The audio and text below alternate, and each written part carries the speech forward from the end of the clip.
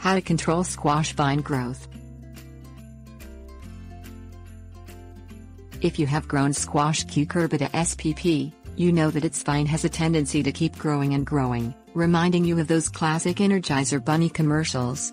If space is limited, that thriving squash plant can take over the entire garden area or grow into your well-manicured lawn.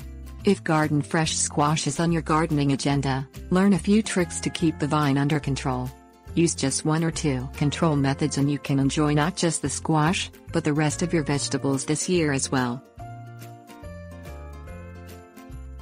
Things you will need: trellis, cloth or twine, stake, container. Grow squash plants in front of a trellis, spacing the plants at least 2 to 4 feet apart.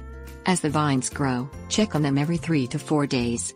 Encourage the plants as necessary to grow up the trellis by lifting them and tying them loosely with cloth or twine, or by weaving them through the openings.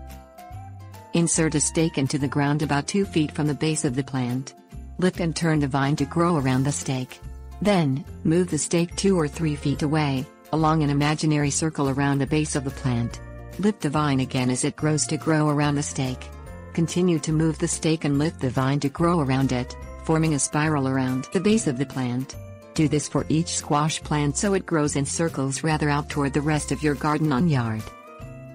Wait for your squash vine to produce fruits that are about 4 to 6 inches long, and select the healthiest one on each branch of the vine to keep. Remove the others, and pinch off any other new fruits that form on their branches. This process keeps the squash vine from growing endlessly throughout the growing season.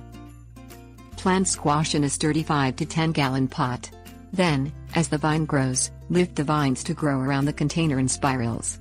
This works well on a patio or another area where space is limited. Grow 1 or 2 vines per pot.